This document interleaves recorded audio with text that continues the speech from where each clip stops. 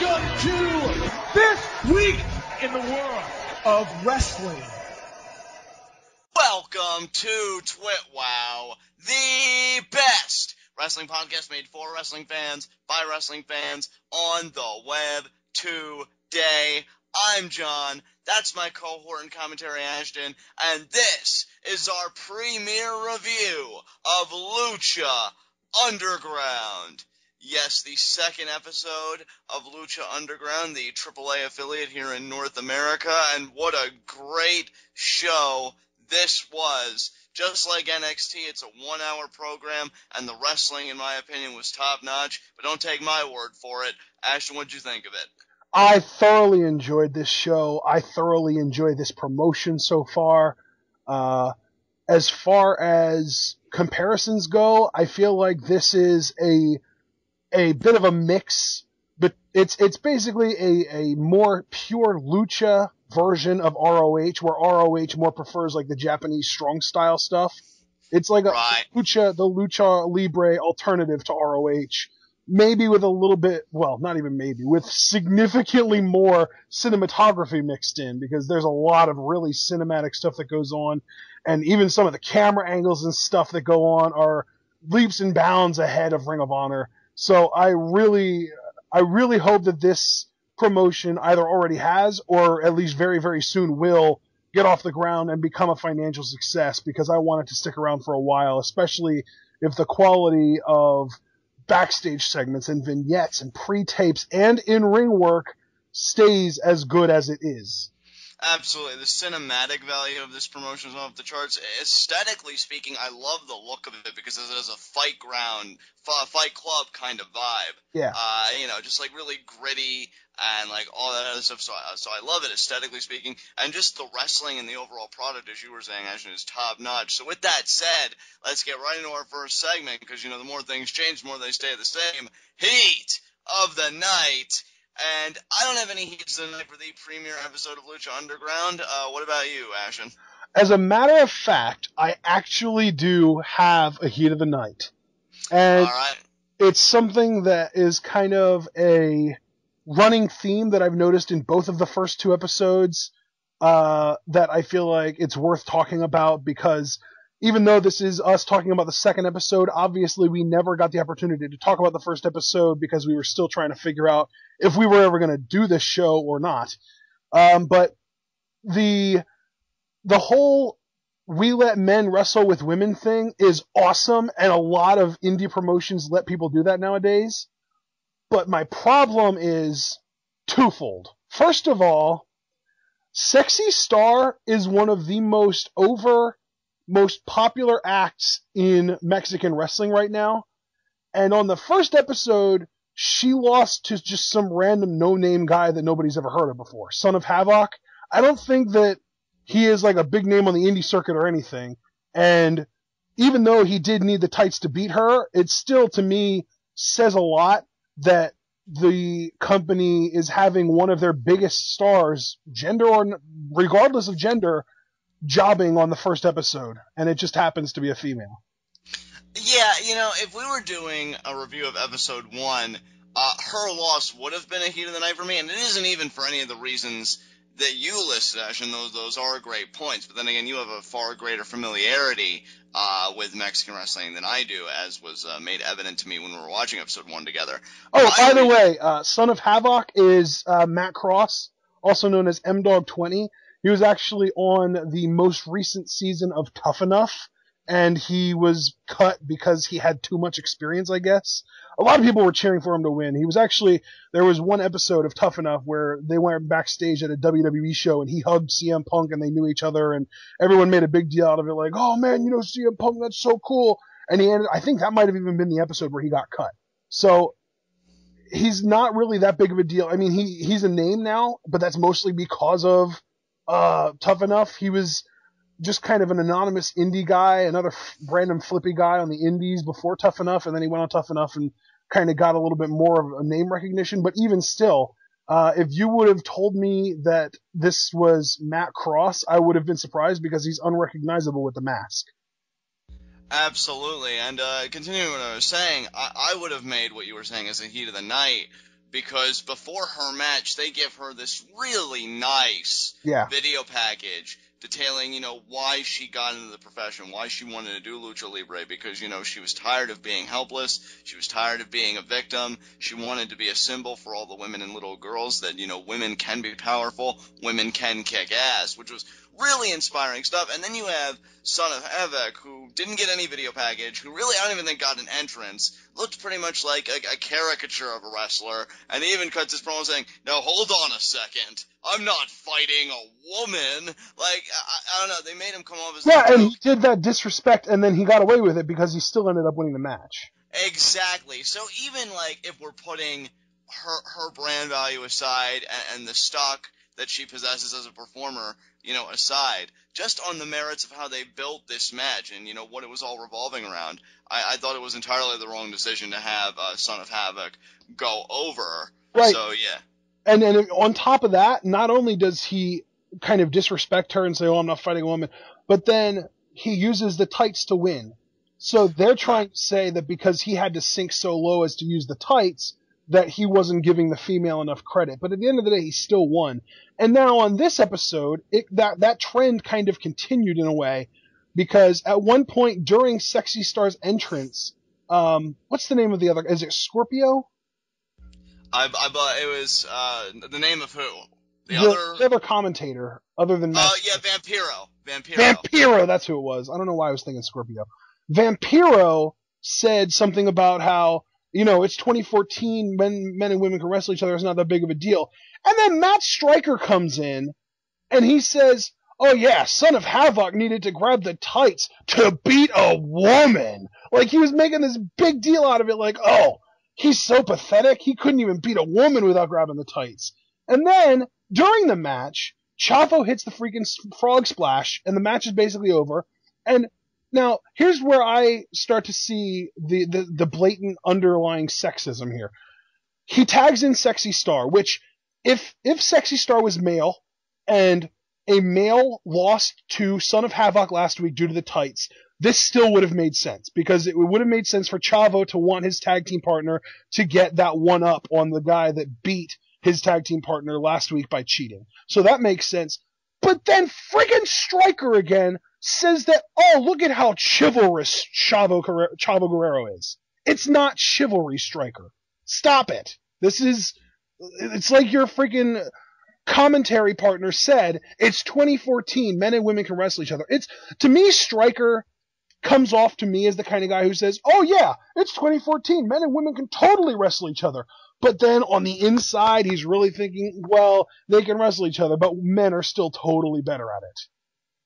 I mean, I'm going to be perfectly straight with you, Ash. It even kind of annoyed me a little bit when they were, like, kind of patting themselves on the back, it seemed to me, when they were like, oh, here at Lucha Underground, the men fight the women, yes, the women fight the men. Like, and that was another thing, because it's one of those things where a lot of indie promotions do this nowadays, and they don't circle jerk about it. They just do it, and they let the crowd tell their own story. They let the crowd be like, oh wow, they let women and men wrestle each other, this is awesome. Rather than being like, hey guys, we let women and men wrestle each other, how awesome is this?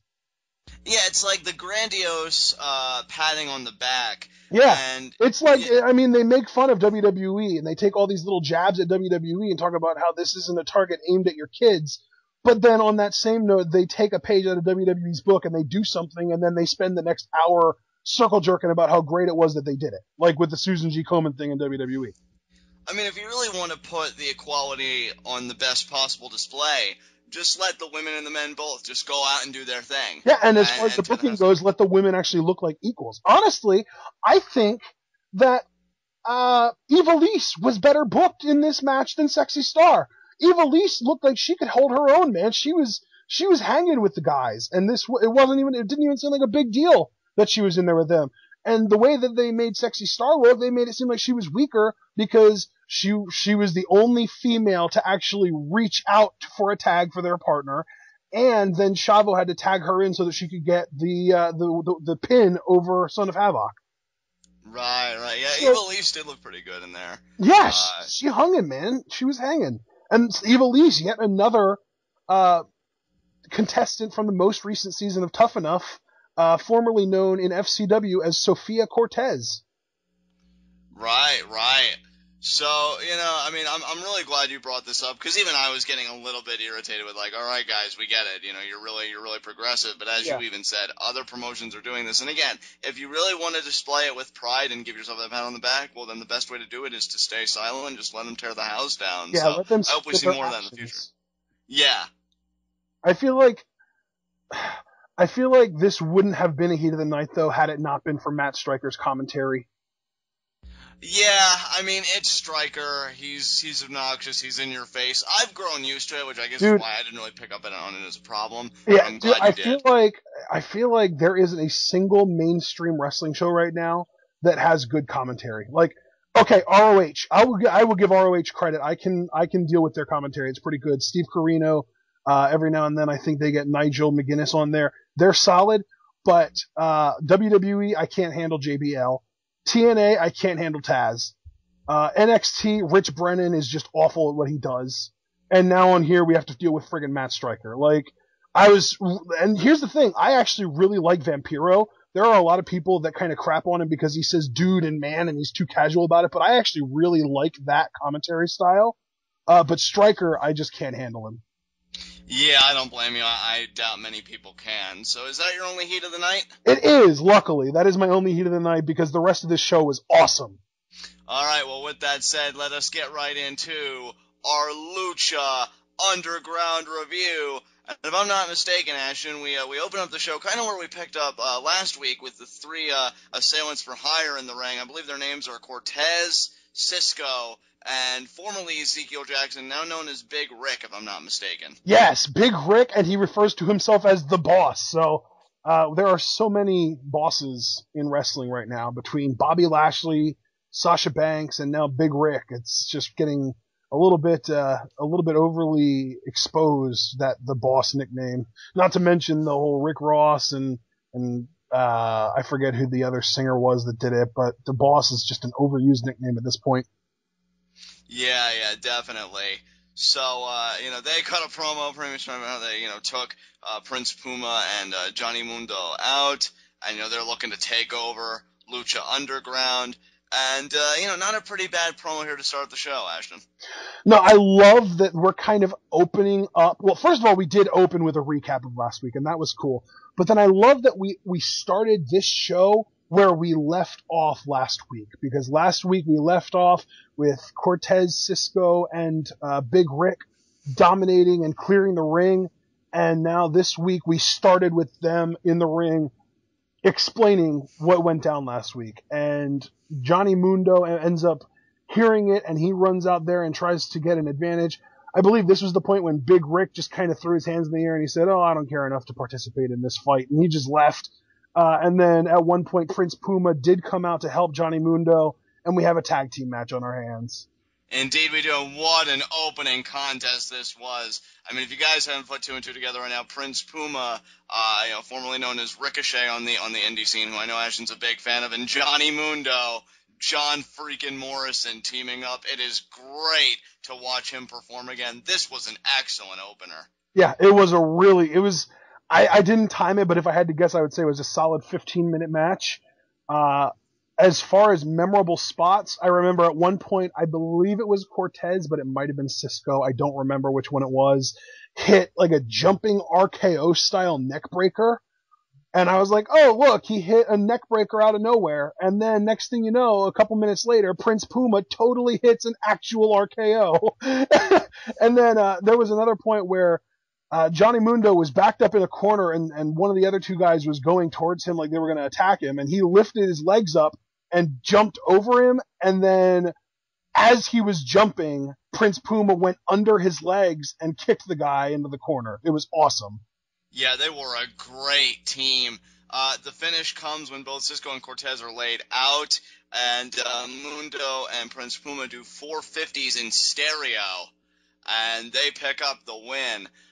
Again, it's just great to see performers like this, on a stage like Lucha Underground. Again, what a huge Morrison mark I am, guys, from past TWitWoW reviews and wrestling commentary, so it's great to see him back in his element. And Puma, with the vignettes and the coverage and the story they're giving him, having a manager like Conan, whispering in his ear, kind of struggling with his own conscience, I think big things are in the works for Puma here in Lucha Underground.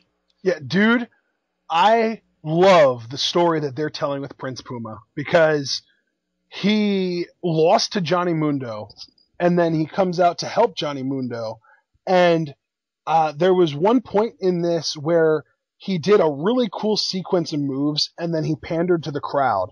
And Vampiro said, "Stop pandering to the crowd, kid, go for the cover," and he did, and it was a 2 count.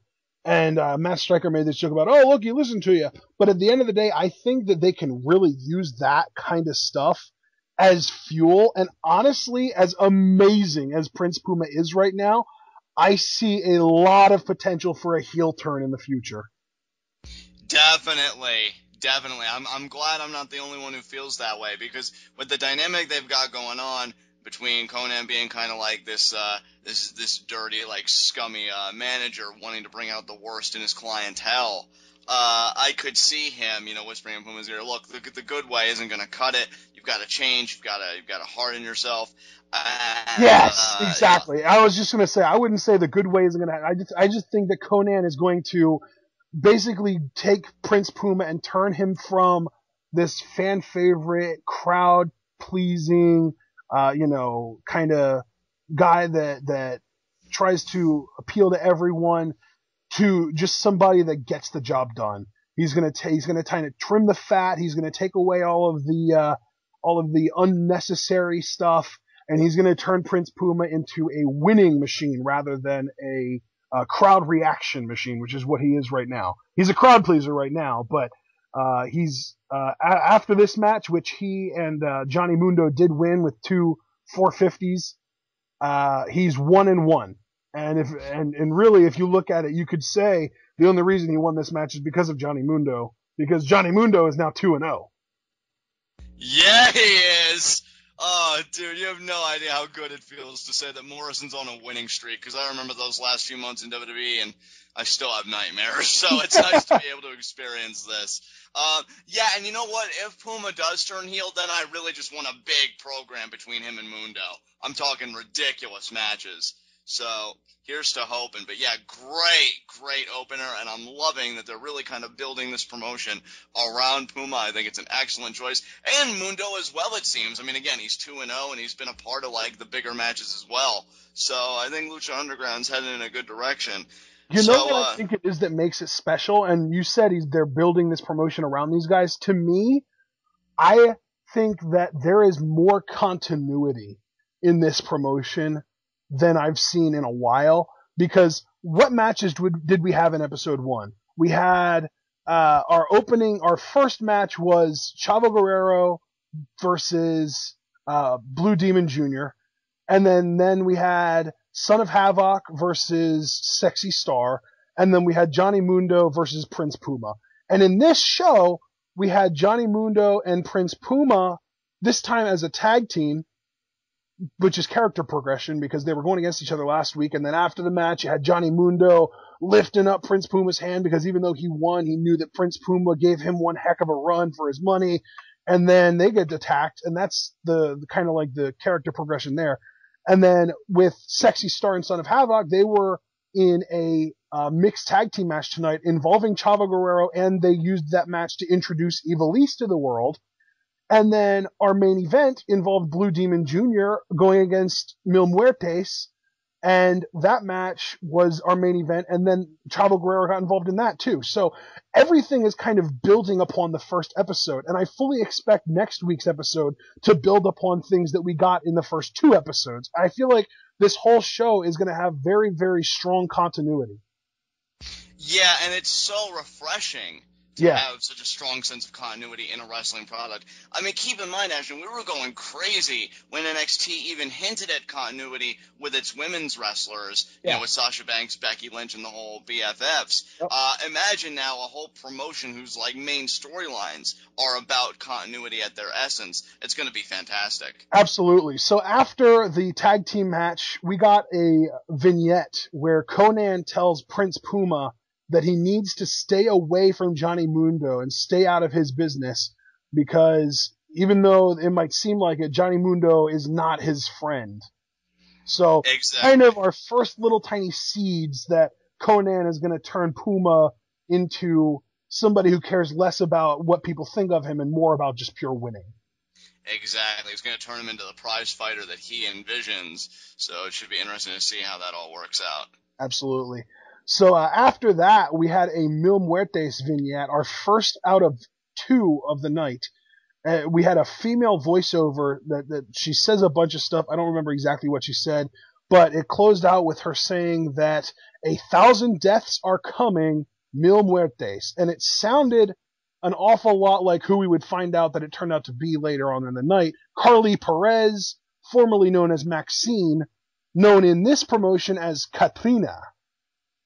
Yes, and yeah, great stuff. Mil Muertes getting a vignette. I love how when they're like introducing these guys, they all get their own little video packages. It's kind of like a mini intro to the audience, so it's not like, oh, that guy's just going to be a job or a low competitor. No, you know this guy, win or lose, is going to make some kind of splash, so very nicely done. Yeah. All right, so after that, we had our second match of the night, Son of Havoc and Ivelisse versus Chavo Guerrero and Sexy Star. And to me, the star of this match was Ivelisse, because, man, she has gotten so good since her time at NXT.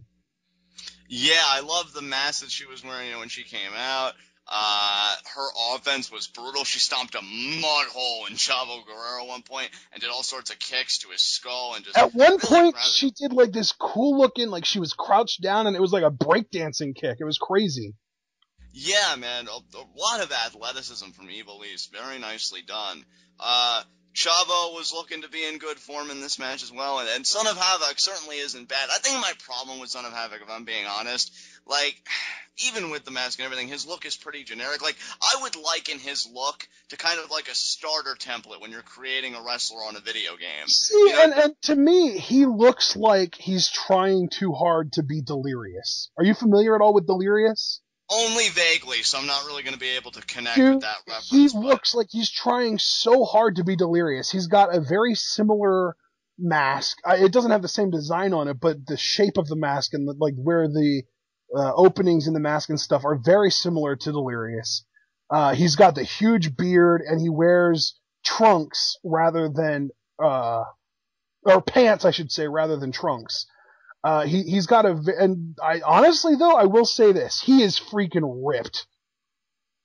Yeah, he is. He's got a good build, definitely, but I don't know, he doesn't really have that oomph for me in terms of appearance. No, but, I mean, he might not have that oomph, but when you see somebody who's as chiseled as this dude doing a standing moonsault, it's still pretty impressive. Definitely, without question. So, we already kind of discussed in the opening segment how this match ended. You know, Yes. The babyfaces get the hot tag, and ultimately ends with Chavo getting the frog splash on Son of Havoc. Then The one thing I do really want to establish here is that Chavo Guerrero is a huge babyface right here. Yeah, definitely. Crowd was popping big for him. They got all rallied up for the frog splash, and then when he tags in Sexy Star, she gets like the victory roll for the pin. And yeah, Chavo and Sexy Star win the match. I will say this though, the crowd fed him some great heel turn food, some great material that he can use in his promos to explain a heel turn. They weren't chanting for him; they were chanting for Eddie. Ah, that's right. Yeah. Did you catch that? The Eddie chants? Yeah, you know, that's been a consistent problem with Chavo as a competitor since Eddie's death, is that when he does this, and I will use the word, even though I do kind of feel bad about it, when he does this kind of pandering, you know, pointing up to the ceiling and everything, they're not cheering for him, they're cheering for the memory of Eddie. But that is great heel fodder, so. Exactly. All right, up next we got our second and final Mil Muertes backstage segment. It didn't actually involve Mil Muertes, though. It was actually just Katrina walking up to Blue Demon Jr. from behind, and as soon as she touches him, the camera cuts away as he turns around to find her, and she's not there. And then he turns back around, and she's in front of him. Man, I love the cinematography that they have going on here. It's awesome. So she says to him something about how, well, she licks his face and says something about how this is a message from Mil Muertes. It's a taste before 1,000 deaths. Really like this. I liked how Katrina is being portrayed. Blue Demon Jr. Just looking perplexed, kind of wiping it away like, all right. And that's where we cut. So good stuff there. Nice and eerie. Kind of builds up the debut of Mil Muertes. So get you excited. Yeah, Blue Demon Jr. seemed really freaked out by it. Yeah, he definitely seemed like very perplexed. Like, what is going on here? So I really liked how he sold it. Yeah. All right, so up next we had Prince Puma vignette. This was a really good one. Conan was kind of pumping him up, and he was working on the punching bag, and then Conan starts telling a story about how he's always been scouting, kind of looking around, trying to find the next great luchador, and he has a really good friend that found Puma in a back alley fighting for his life. And he even says about how normally my friend would have helped him, but he didn't need help. And he talks about how this isn't just some great fighter from the streets. He's got this Aztec lineage. And like, I love that they build up his past. It's awesome. Definitely. They're creating a mythos for him, you know? And I think we're just going to get further and further into it. And you don't know, like, really to me, the narrative surrounding Prince Puma is one of a choice of conscience. Is he going to, you know, be a good person, or is he going to give in to Conan's advice, give in to where he came from, and just be this ruthless, vicious, remorseless competitor? You know, that remains to be seen, but I just love that they're giving him this much depth, this much time. Like I said, it really makes it evident to me that they're building this promotion around him. So I'm quite excited about it. Yeah. Yeah. You did say earlier that it kind of feels like they're building the promotion around him, and I think that if anyone has that role, I would definitely agree with you that it is Prince Puma, because you said they're building the promotion around Prince Puma, and then you said, and maybe also a little bit John Morrison too. To me, I feel like they are trying to turn Prince Puma into their John Cena. Yeah, definitely. But they're doing it right because he's not winning every match.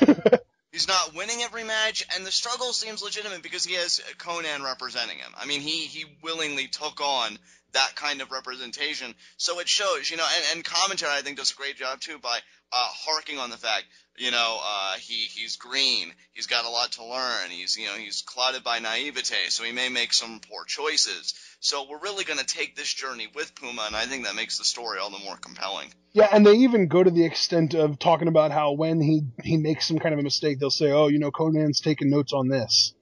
Exactly. So you know, like, he's Conan's pet project. Will Conan get the results that he's looking for? That remains to be seen. Right.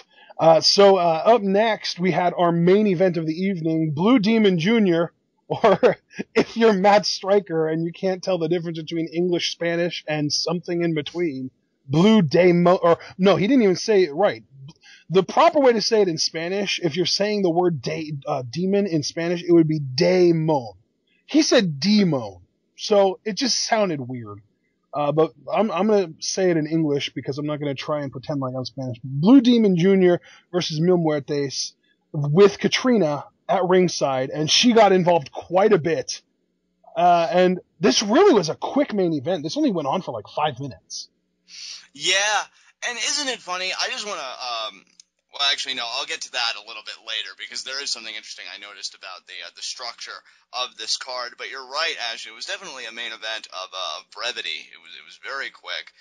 Mil Muertes looked very dominant to me. I don't know necessarily how I feel about Katrina already having to get involved, but you know what? To me, the way it came off to me was that she just wanted a piece of the action, not necessarily that she was aiding Mil Muertes. Because he seemed to be in complete control to me. Yeah, it didn't really come off like she was doing it because he needed her to. It seemed like she was doing it just because she could, and why not? Right. So, I mean, where you and I were watching this from, we had a little bit of technical difficulties because to me, I had a hiccup right when Mil Muertes hit a spear. And then I think you said he may have followed it up with a submission, but I did not see it. Did you see the submission, or was that just what you... I didn't catch it, but... And folks, this is one of the difficulties with this show, is John and I can't... Neither one of us has El Rey on our televisions. So we had to find a stream on the internet, and in the chat, on the aside the stream, there were people talking about how you tapped out, talking to Blue Demon. So I'm assuming that's what it was.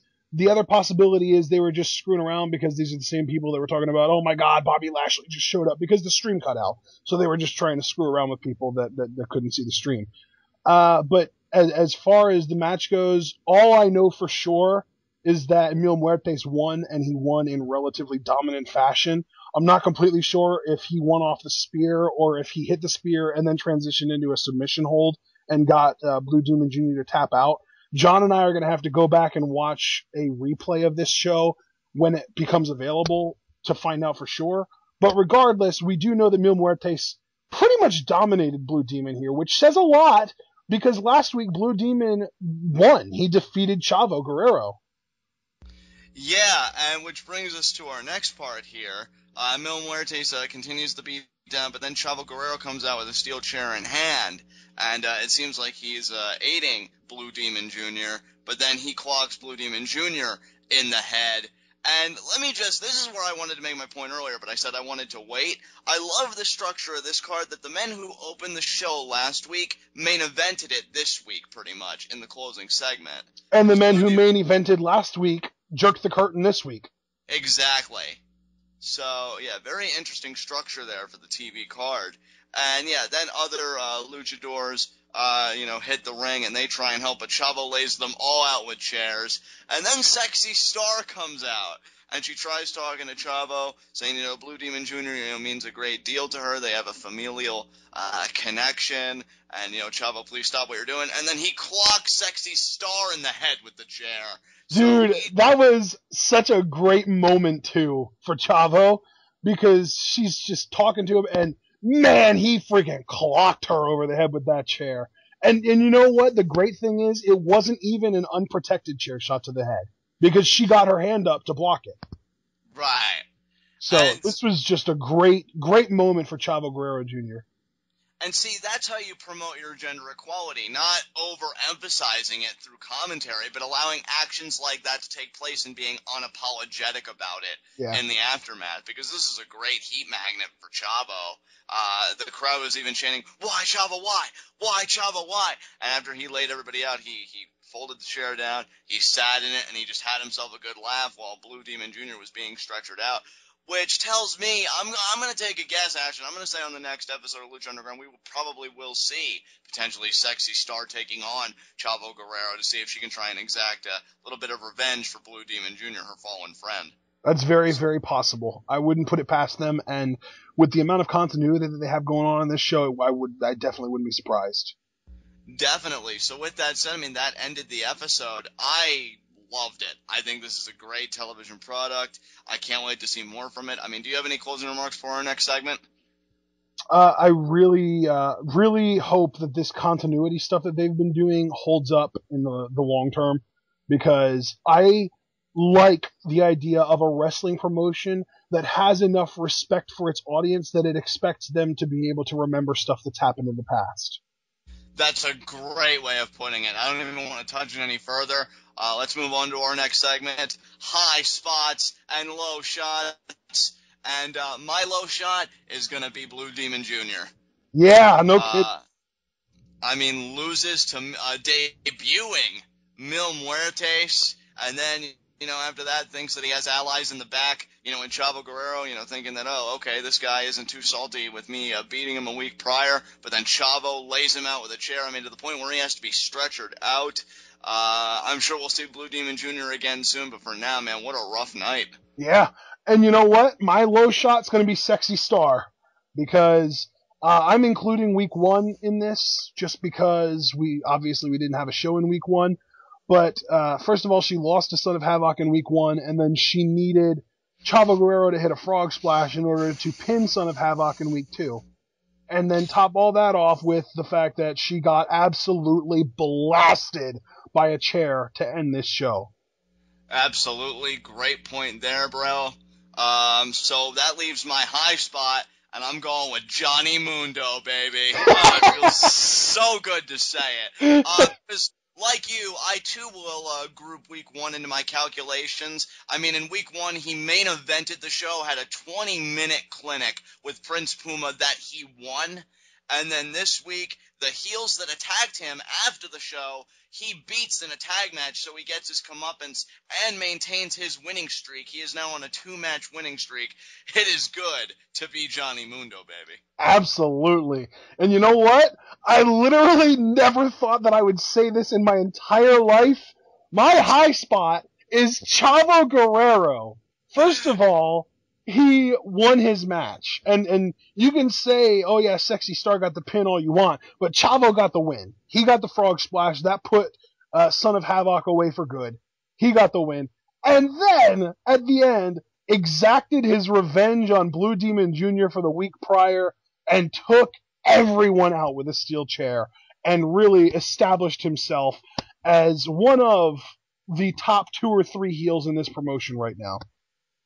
Without question. And I love it, too, because in the week prior, I'll be honest, when he tapped out to Blue Demon Jr., I thought, oh, that's great. They got Chavo Guerrero to lend a hand. You know, be that credible name that really puts over the more prominent members of the roster, or at least the members of the roster that Lucha Underground wants to be perceived as more prominent.